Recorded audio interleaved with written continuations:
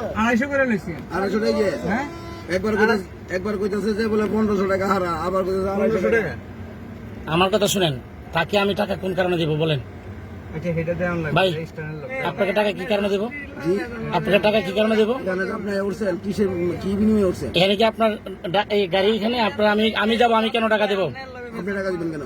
আমি মানে ড্রাইভারে কেন টাকা দিবেন? কেন? আপনি টাকা দিবেন ড্রাইভারে কেন টাকা দিবেন? আপনি থেকে আপনি টাকা নেবো কেন? তো টাকাটা কাটতে নিতেছেন? ড্রাইভার তো নেবো।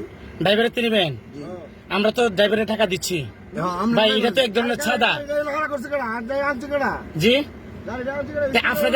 আপনারা আনছেন, আপনারা তো আমরা, আমার কথাটা শুনেন, আপনারা আনছেন, আপনার 250 টাকা দেওয়া হয়েছে না ভাই? এটা ভাই আমাদের ভাড়ার উপর একটা কমিশন আছে। আপনার রিসিপ্ট দেন তাহলে, আপনি কত টাকা নেবেন রিসিপ্ট দেন। না না এটা আমি কিন্তু সাংবাদিক, আমি আপনাকে ফোন দিচ্ছি। ওকে এটা হলো ভাড়ার উপর হলো আপনার আচ্ছা ঠিক আছে, আপনি কতটা, এটা হলো আপনার ভাড়ার উপর কমিশন। এই কথা বলবেন না, আপনি 250 টাকা আমরা খুশিয়ে দিচ্ছি আপনাকে, আপনি এটা খুশিয়ে নিতে পারেন।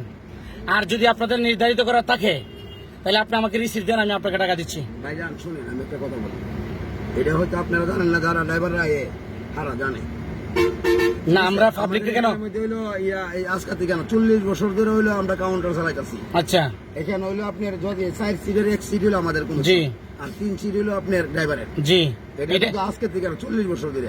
40 বছর ধরে জি আওয়ামী লীগ বিএনপি এখন স্বতন্ত্র এই রাষ্ট্রে এই তত্ত্বাবধান সরকার আমলে এটাই নিচ্ছেন। না, এটা তো মনে করেন যে আপনার শুধু এই আজকা ক্ষেত্রে না। বিসমিল্লাহির রহমানির রহিম। আসসালামু আলাইকুম। সম্মানিত ব্রাহ্মণবাড়িয়ার প্রশাসনের দৃষ্টি আকর্ষণ করছি, আমরা বিশ্ব রোড থেকে ঢাকা যাওয়ার পথেই আমরা একটি প্রাইভেট কারে ওঠার পরেই সেই প্রাইভেট কারের কাছ থেকে সে অতিরিক্ত টাকা আদায় করার চেষ্টা করেছে, চাঁদা। তো সেই হিসেবে আমি প্রশাসনের দৃষ্টি আকর্ষণ করছি ইমিডিয়েটলি সেই বিষয়টা লক্ষ্য করার জন্য। আমি বিনীত অনুরোধ করছি ডিসি মহোদয় এবং এসপি মহোদয়। আসসালামু আলাইকুম।